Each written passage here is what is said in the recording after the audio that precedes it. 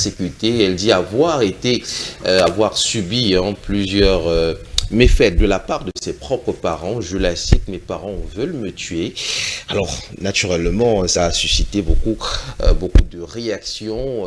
On l'a même un peu pris en pitié, suscitant ainsi des accès de compassion. Mais ce qui ressort et ce qu'on retient naturellement, c'est ce petit bout de phrase: ne votez pas Paul Biya. Naturellement, les uns et les autres s'en sont emparés pour dire que si même la fille du président n'a pas voté son père, qui êtes-vous donc pour ne pas la croire et pour foncer quand même derrière le patriarche qui, faut-il le rappeler, cumule plus de 40 ans d'exercice de pouvoir. On reste en politique ce matin et on parle de deux hommes. Le premier, c'est Bello Bouba-Maïgari, candidat à l'élection présidentielle d'octobre 2025, président de l'UNDP, qui a démissionné du gouvernement, dont la démission a été acceptée, mais dont les membres, certains en tout cas, n'ont toujours pas démissionné et continuent à jouir des fruits du régime. Il s'agit de deux de ces lieutenants qui sont engagés notamment dans la campagne présidentielle, mais voilà, la base crie haut et fort: on ne veut pas de ces deux-là. Ils doivent être purement et simplement retirés de la liste de ceux qui devront battre campagne au nom de l'UNDP. D'ailleurs, ils se sont vus refuser la semaine dernière l'accès à des bureaux de l'UNDP dans la partie septentrionale du pays. Toute chose qui ravive les tensions et les questions quant à la sincérité et à la crédibilité du candidat Bello Bouba-Maïgari. Faut-il le rappeler, l'ancien ministre d'État a passé près de 3 décennies aux côtés du président de la République. C'est un allié indéfectible, du moins ça l'était jusqu'à sa démission, un allié qui a été comme une sorte de caution morale du président et qui, de par son ancrage sociologique et sa base axiologique du côté du Grand Nord, a réussi à convaincre d'une manière ou d'une autre que le renouveau était le meilleur choix pour ces populations. Aujourd'hui que la tendance est en train de tourner, que le capital sympathie et d'affection qu'on a pour le Parti des Flammes est en train de se flétrir, Bello Bouba-Maïgari est donc au cœur, peut-être pas encore d'une dissension, d'un schisme au sein même de son parti, mais en tout cas, ça risque d'en prendre la couleur et d'en prendre la direction. Mutation ce matin croit savoir que Bello Bouba-Maïgari tient en main une véritable patate chaude, notamment due à la non-démission de certains de ses membres qui continuent à téter la mamelle nourricière du régime et qui pourtant veulent tout de même battre campagne sous la bannière de l'UNDP. Une incongruité que ne comprend pas la base et qui demande instamment au président tout simplement soit de virer ces deux du parti ou alors à tout le moins de les écarter de la campagne présidentielle. Faut-il le rappeler, elle commence le 27 septembre 2025. Le deuxième homme dont parlent les journaux ce matin, toujours en politique, c'est le voisin d'à côté. Sur l'autre rive de la Benue, Issa Chiroma Bakari, qui, selon Émergence ce matin, est le candidat en tête des listes et en tête des sondages, notamment dans le carré de l'opposition. Il se dit qu'il continue à engranger des soutiens. Après avoir été investi comme candidat consensuel par une certaine organisation de la société civile, l'Union pour le changement en l'occurrence, dirigée par un certain Anissé Ekani, il se dit que plusieurs autres partis sont en lice pour le rejoindre et qu'il pourrait ainsi avoir l'onction, si ce n'est le mandat, d'une grande proportion justement à la fois des partis politiques mais aussi des membres ou autres associations de la société civile. Il se détache donc du lot. Mais pourquoi?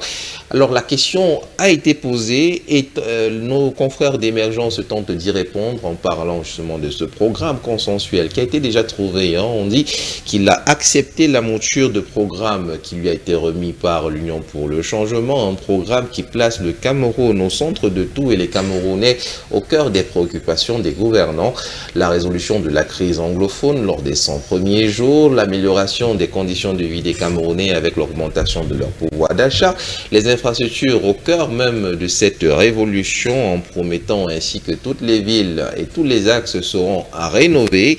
En tout cas, ce sont de bonnes promesses, de belles promesses. Elles seront tenues ou pas, il faudrait déjà qu'ils réussissent à avoir le mandat du peuple au soir du 12 octobre prochain.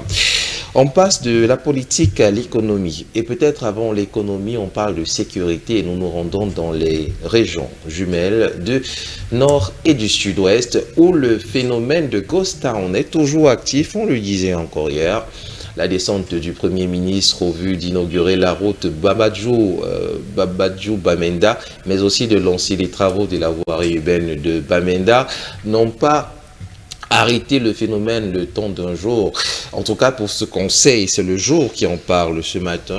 Les sécessionnistes, forts de la crise anglophone, continuent à semer la terreur et même si du moins ils ne sont pas forcément derrière chaque famille, les familles de ce côté-là respectent scrupuleusement ce mot d'ordre de ville morte.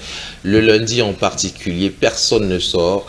Ceux qui se sont essayés à l'insurrection quant à cette règle inique qui n'est même pas censée avoir droit de citer en ont payé les frais. Pour la plupart, ils ont vu leur véhicule tout simplement brûler, mais d'autres moins chanceux ont littéralement perdu la vie, tués, assassinés froidement justement par ceux qui imposent ce Ghost Town. Que fait donc l'État face à cette interdiction dont les acteurs, dont les auteurs n'ont aucun droit, ne peuvent se prévaloir d'aucune juridiction pour imposer ceci à des centaines, voire des milliers de populations. L'État, en tout cas, reste debout. Le ministre de la Défense ainsi que les différents responsables régionaux, on parle bien des gouverneurs, ont promis que rien ne restera du moins qu'ils ne sont pas dommables. L'État reste sensible à ces préoccupations et se bat pour rassurer les populations car les autorités en charge le disaient encore, il faut que la pensée de la peur quitte les populations et pour ça, il faut forcément qu'elles soient rassurées que la sécurité, que l'État assurera leurs arrières et qu'ils ne risquent rien si d'aventure ils désobéissent à cette décision prise par les sécessionnistes.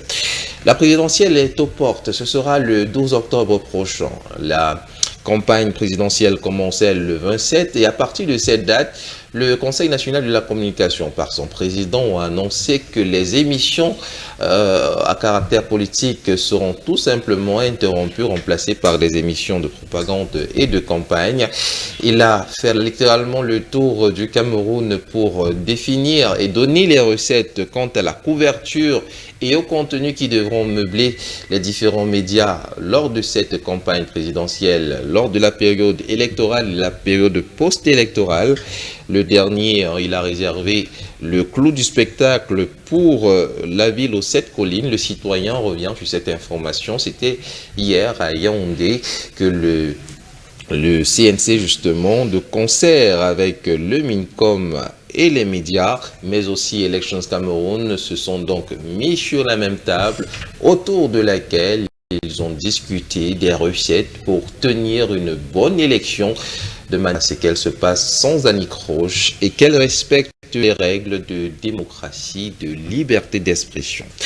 La recette également a été donnée par Cameroun Tribune qui reprend littéralement les éléments de langage sortis de la bouche du président du CNC. Oui, il faudrait engager les uns et les autres, patrons de médias et leur personnel à la responsabilité individuelle, c'est sûr, mais surtout responsabilité vis-à-vis des règles et canaux qui définissent justement la profession. Ils devraient rester professionnels, impartiaux et ne pas verser dans des attaques qui pourraient être des appels à l'insurrection, des appels au boycott ou même des éléments de division. Voilà qui a été dit et qui a été bien dit.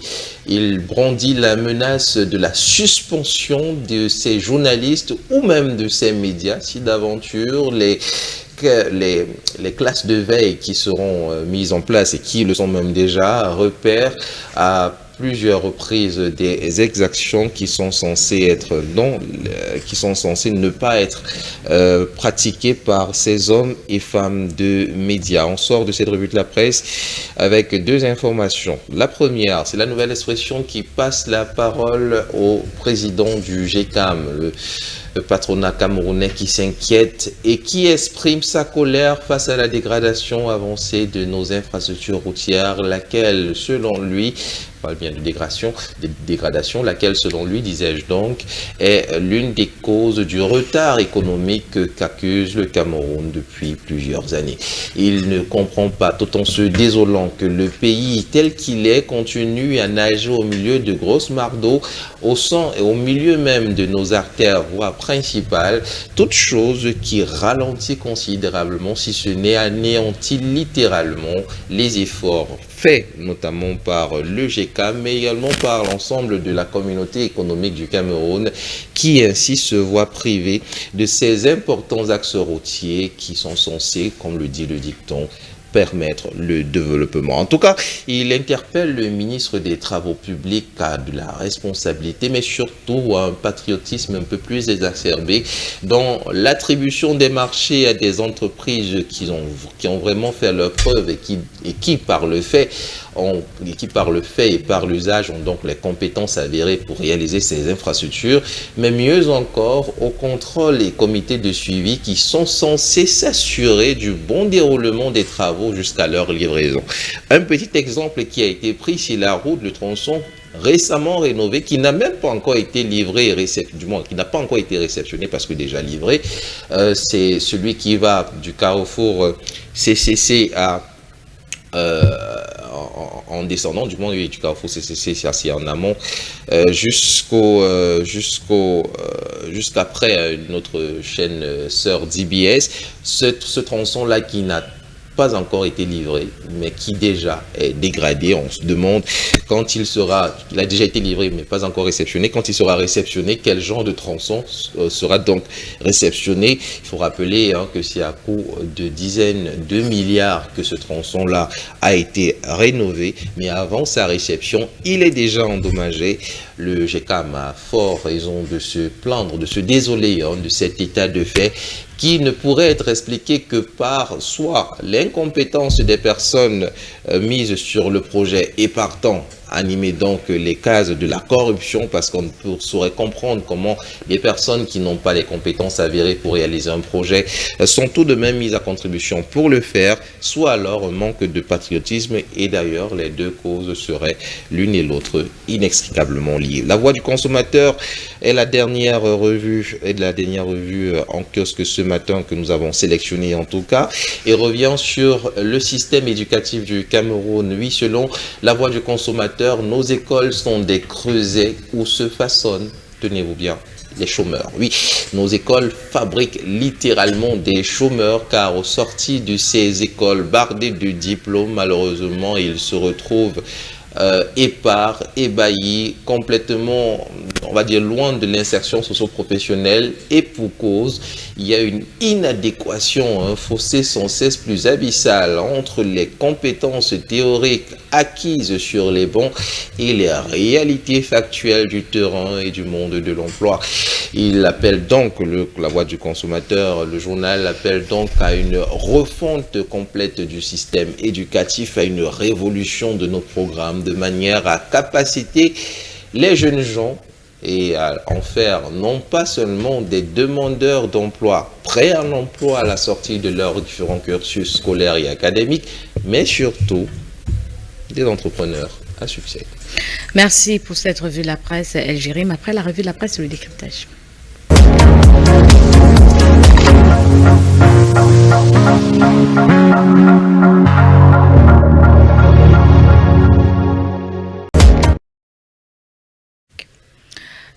Nous allons décrypter le journal La Voix des jeunes qui a titré ce matin « Nos écoles fabriquent des chômeurs ». Les écoles fabriquent littéralement des chômeurs. Comment est-ce qu'on explique ce phénomène? Normalement, à l'école, on doit avoir des diplômes, ces diplômes qui nous instruisent et ces diplômes aussi qui nous permettent d'avoir de grandes chances sur le marché de l'emploi. Mais selon le journal de La Voix des consommateurs, les écoles au Cameroun fabriquent des chômeurs. Comment explique-t-on ce phénomène, El Jérim? Alors, il faut rappeler que l'école est censée préparer les uns et les autres à l'insertion professionnelle. Non, l'école est censée préparer les uns et les autres à être utiles à leur pays, c'est ainsi dit. Et de cette utilité, naturellement, découle leur insertion socio-professionnelle. Il faudrait qu'ils soient aptes à servir leur pays à la fin de leurs études. D'ailleurs, c'est pour ça qu'on va à l'école. C'est pour ça que les parents dépensent des milliers, voire des millions de francs CFA pour former leurs enfants. C'est pour ça que l'État dépense des millions pour former les formateurs de manière à rendre utiles et habiles des mains et de la pensée ceux qui sortiront de ces creusets. Malheureusement au Cameroun, et depuis, ça ne date pas d'hier, hein, c'est depuis pratiquement 20 ans que l'école a perdu de son allant, on va dire, a perdu de son intérêt parce que la migration des programmes entre ceux qui étaient à la base faits pour capaciter les jeunes gens en fonction de leur environnement immédiat, la mutation des programmes s'est effectuée et d'aventure on apprend, et dorénavant on apprend aux enfants des choses qui ne leur sont pas forcément utiles pour leur pays, qui ne sont pas forcément utiles pour leur insertion socio-professionnelle. J'aimerais rappeler et convoquer une date, un retour dans le passé. Nous sommes en 1995 lors de la tenue du Conseil général de l'éducation. Alors c'est une idée merveilleuse qui a été mise en place afin de réunir tous les acteurs de l'éducation. Et là, on parle des parents, on parle de la société civile, on parle des enseignants et naturellement, on parle des politiques qui se sont assis autour d'une table et ont décidé quel genre de citoyens ils voulaient avoir. Donc, quel genre de programme devait être défini, quel genre de politique devrait être mise en place de manière à ce que, à la sortie des écoles, que ce soit du secondaire ou de l'université, que les enfants puissent être de véritables pôles d'emploi à eux tout seuls et non plus seulement des demandeurs d'emploi, pire, des chômeurs. Les résolutions de ces conseils généraux de l'éducation ont été merveilleuses. Parmi quelques-unes, il y avait l'introduction dans nos programmes de la culture nationale. Lui, on devait enseigner aux enfants d'où ils venaient, de quel, on va dire, de quel bois ils étaient faits. On devait leur enseigner leur histoire. Ça, c'était l'une des principales résolutions de ces conseils généraux. Et il y avait également, à côté de cette introduction des langues nationales ou de la culture nationale à l'intérieur de l'éducation, il y avait des programmes qui étaient censés, comme je le disais, transformer littéralement les uns et les autres de manière à les rendre plus aptes, plus opérationnels à la fin de leur cursus. Donc, on comprend qu'il fallait que ce soit des programmes véritablement pratiques, associé au développement ou alors à la fourniture dans les différents établissements du matériel adéquat pour que la théorie et la pratique se donnent la main et s'entremêlent de manière à ce qu'ils ne soient pas surpris de l'environnement dans lequel ils allaient travailler demain parce que à petite échelle, ils avaient déjà expérimenté ça lorsqu'ils étaient sur les bancs.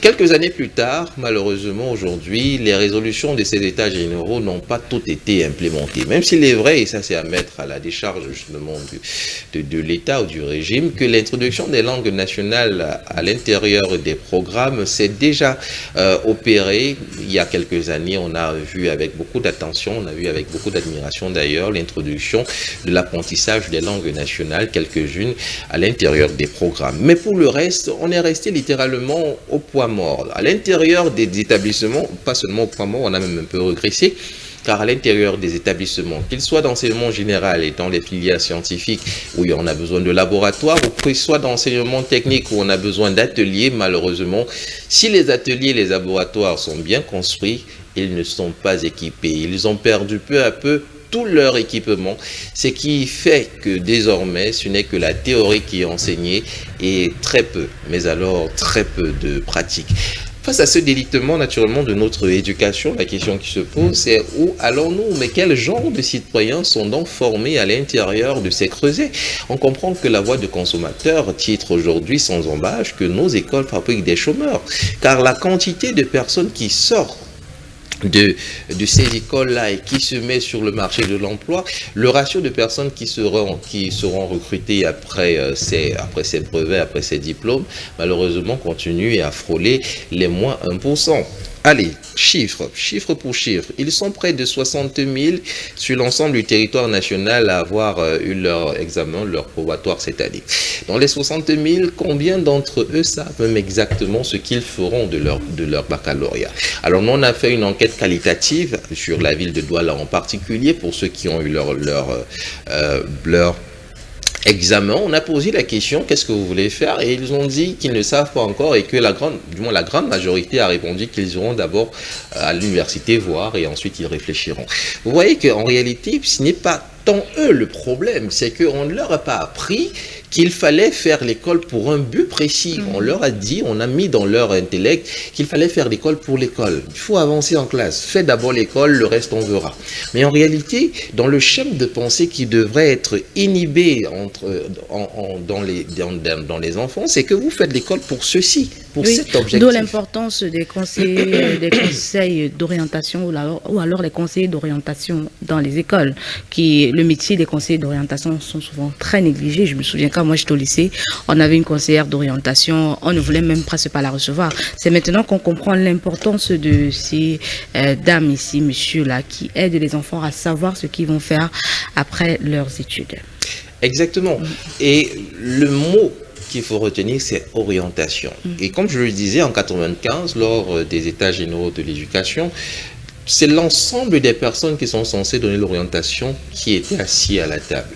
Et là, dans l'orientation, avant même le conseiller d'orientation, il y a le parent qui est censé déjà donner la direction qu'il veut à son enfant. Même si l'enfant, et ça c'est le jeu assez fin qu'il faut avoir, l'enfant n'est pas censé être le prisonnier des rêves de son père ou de sa mère. Il n'est pas censé réaliser la vie que son père ou sa mère n'a pas eue. Non, pas du tout.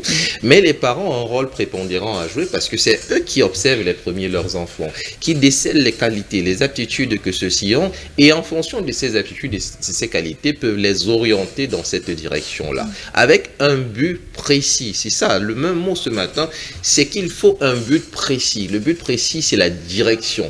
Le but précis, le but précis, c'est l'objectif, c'est la vision.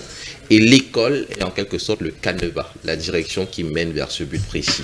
Donc les parents aujourd'hui sont interpellés une fois encore. On sait, et d'ailleurs ce sont des explications qui reviennent souvent, nous sommes partagés, écartelés entre la recherche du pain quotidien, comment subvenir aux besoins de nos familles. Donc l'intérêt qu'on accorde aux enfants est un peu moindre ces temps-ci parce que après une longue journée de travail, on n'a pas forcément le temps de s'intéresser à son enfant, de voir ce qu'il fait, avec quoi il joue, parce que c'est autant de choses qui permettent de déceler quelles sont les aptitudes, les compétences et le génie de l'enfant. Il faut le voir à l'œuvre, il faut le voir s'exercer.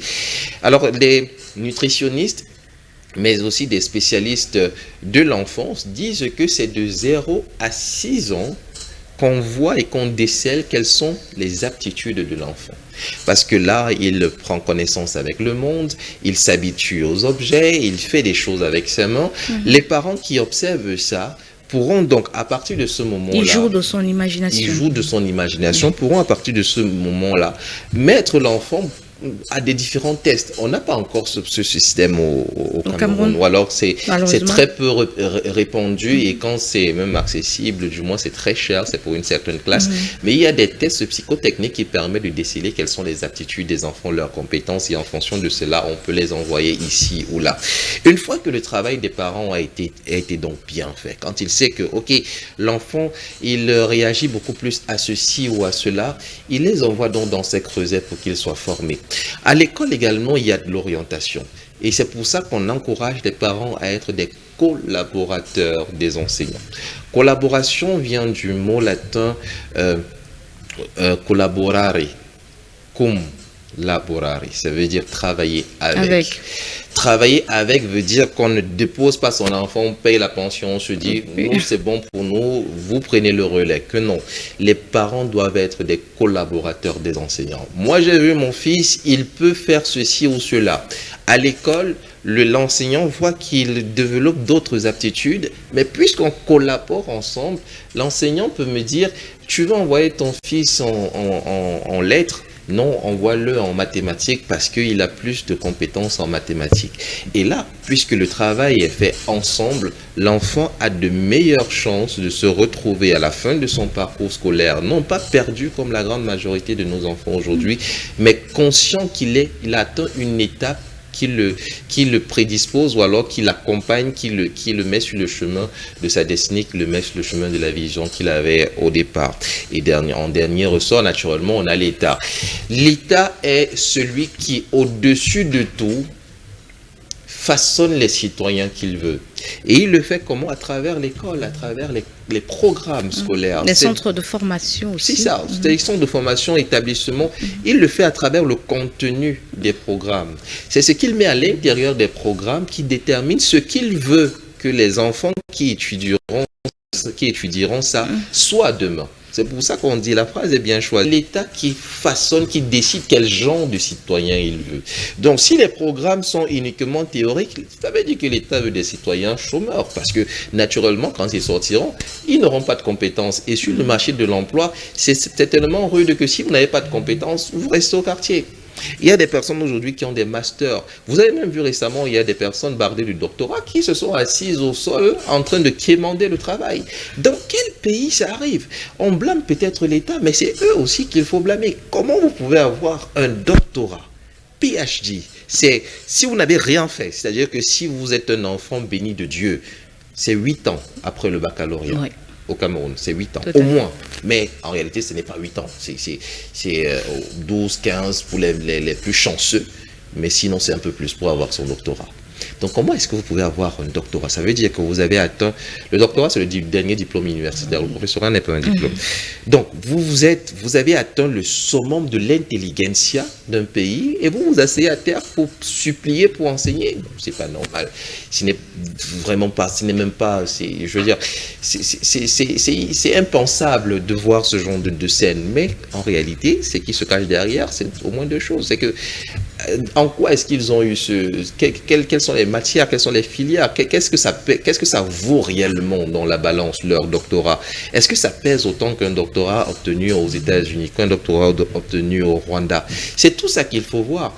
Et donc, pour sortir, on dira tout simplement que si il est vrai que l'État a déjà mis en place des choses qui sont appréciables, notamment cette introduction de l'apprentissage d'une langue nationale pour renforcer le sentiment de cohésion et de vivre ensemble déjà en place au Cameroun, lequel est un acquis. Il faudrait, on en appelle, hein, je ne fais pas partie je ne suis pas le seul à le réclamer, il faut de nouveaux états généraux de l'éducation pour redéfinir le contexte dans lequel on est. 95-2025, ce n'est pas la même chose. C'est des projections du futur qu'il faut faire. Quelles sont les réalités contextuelles de notre époque et de l'époque à venir?